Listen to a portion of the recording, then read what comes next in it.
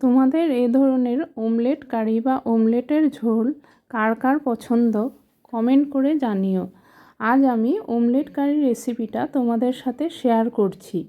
আমি এখানে 4টে ডিমের অমলেট করে তুলে রাখলাম আর একটা কড়াতে একটু সরষের তেল দিয়ে তেলটা গরম হওয়ার পর এতে কিছুটা কালো জিরে ফোড়ন দিয়ে দিলাম। তারপর আমি দুটো মাঝারি সাইজের পেঁয়াজ কেটে কড়াতে দিলাম আর 5-6 কোয়া রসুন থেতো করে পেঁয়াজের সাথে দিয়ে কিছুক্ষণ নাড়াচাড়া করার পর দুটো বড় সাইজের আলু কেটে রেখেছিলাম সেগুলো এতে দিয়ে দিলাম।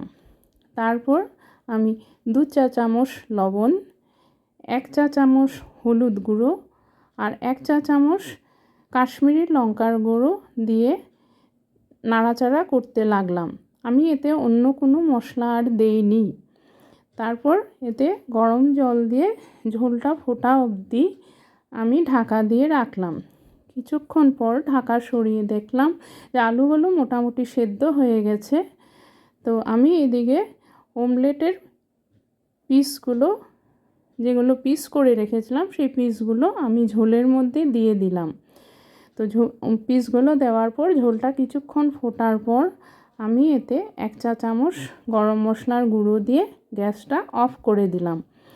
তো আজকে তোমাদের আমার এই ভিডিওটা কেমন লাগলো কমেন্ট করে জানিও। আর যদি ভালো লেগে থাকে একটা লাইক আর শেয়ার করে দিও আর আমার ফেসবুক পেজটাকে ফলো করে দিও।